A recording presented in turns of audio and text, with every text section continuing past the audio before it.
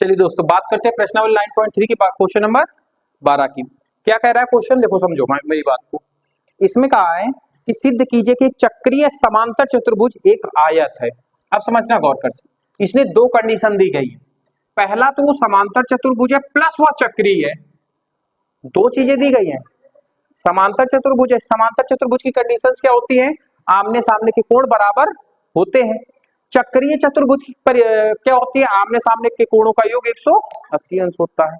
तो हमें क्या सिद्ध करना है? वह एक आयत है। अच्छा, आयत की परिभाषा क्या होती है? आयत की कंडीशन क्या होती है? आयत की पहली कंडीशन तो यही होती है कि आमने सामने की भुजाएं बराबर हो, प्लस उसका प्रत्येक कोण कैसा होना चाहिए? 90 अंश। मैंने सब कुछ पढ़ाया है आप लोगों को पहले, जब शुरुआत में मैंने पढ़ा रहा था आयत, समांतर चतुर्भुज, सब चीजें बताई है ना। तो चलो सॉल्व करते हैं, ठीक है, चलो हल करते हैं।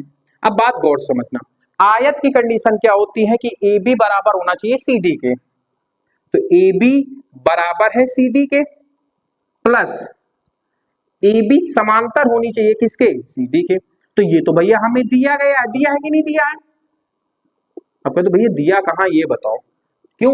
इसने समांतर चतुर्भुज कहा है तो उसकी भी कंडीशन यही होती है ना कि आमने सामने की भुजाएं बराबर और प्लस दोनों भुजाएं आपस में बराबर, समांतर भी होती हैं बराबर भी होती हैं। ठीक इसी प्रकार से क्या होगा हमारा?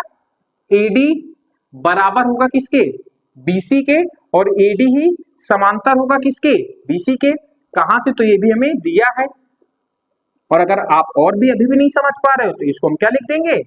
समांतर चतुर्भुज। अब तो समझ जाओगे कि समांतर चतुर्भुज से हमने ये कहा कि ये दोनों भुजा बराबर है प्लस समांतर है, बराबर है प्लस समांतर है। बस एक कंडीशन रह गई कि इनके यहाँ पे कोण ए, कोण बी, कोण सी और कोण डी क्या सिद्ध करना है? 90 अंश। तो हमने भुजाओं का तो काम खत्म कर दिया, बात आते ही कोण की। तो आप समझना गौर करके। अब हम कोण पे थोड़ा सा क्या करेंगे? फोकस डालेंगे। ये तो बच्चा भी कर लेता, आप लोग भी कर लेते। मेन मुद्दा इनका कोण 90 अंश सिद्ध करने का। और ये नहीं भी लिखते तो भी आपका कोई इसमें फर्क नहीं पड़ता। चलो अच्छा, एक बात बताओ, ए बी सी डी एक क्या है? एक समांतर चतुर्भुज है, समांतर चतुर्भुज है। अगर समांतर चतुर्भुज है तो आमने सामने के कोण आपस में क्या होंगे? बराबर होंगे।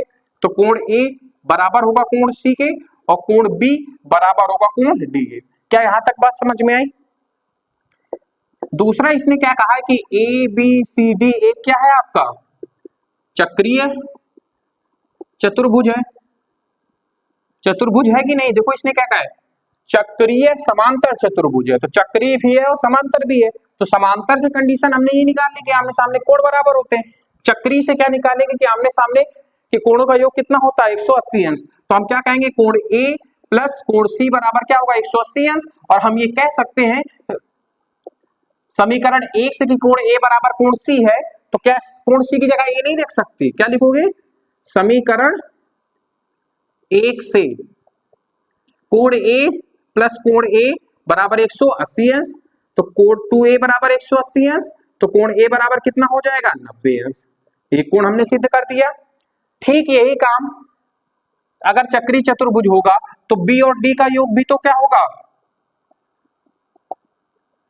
कितना होगा? 180 अंश।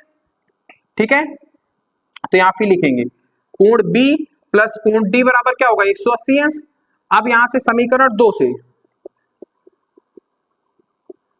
जब समीकरण 2 से करोगे तो कोण बी प्लस कोण बी, क्योंकि बी की जगह डी की जगह बी लिख सकते हैं, बराबर होगा 180 अंश के।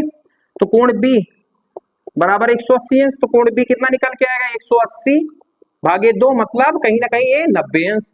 तो कोण बी बराबर कितना हो जाएगा? 90 अंश। तो देखो कोण हमने ए बी 90 अंश सिद्ध कर दिया, कोण बी मतलब ये दोनों 90 अंश है, तो अपने आप क्या हो जाएंगे ये? क्योंकि चक्रीय चतुर्भुज है तो आमने सामने कोण बराबर होते, मतलब ये समांतर चतुर्भुज है तो आमने सामने कोण बराबर होते, मतलब ये 90 है तो ये भी 90 होगा, ये 90 है तो ये भी 90 होगा। तो हमारा ये क्या सिद्ध हो गया? एक भुजाएं बराबर सिद्ध कर दी, समांतर सिद्ध कर दिया, भुजाएं बराबर सिद्ध कर दिया, समांतर सिद्ध कर दिया, कोण 90 अंश सिद्ध कर दिया, मतलब एबीसीडी एक क्या है? एक आयत है। ठीक है, क्या लिखोगे? अतः ए बी सी डी एक आयत है। समझ में आया? तो आज की क्लास को फिर यहीं पे एंड करते हैं, बाकी बातें करते हैं नेक्स्ट क्लास में। आई होप आपको क्लास अच्छी लगी होगी। अगर क्लास अच्छी लगी है तो चैनल को सब्सक्राइब कीजिए, वीडियो को लाइक कीजिए और प्यारा सा फीडबैक कमेंट में जरूर दीजिएगा कि क्लास आपको कैसी लगी। मिलते हैं नेक्स्ट क्लास में। आज के लिए इतना ही। नोट्स बनाते रहिए और पढ़ाई करते रहिए और अपने और अपनों का ख्याल रखिए। धन्यवाद।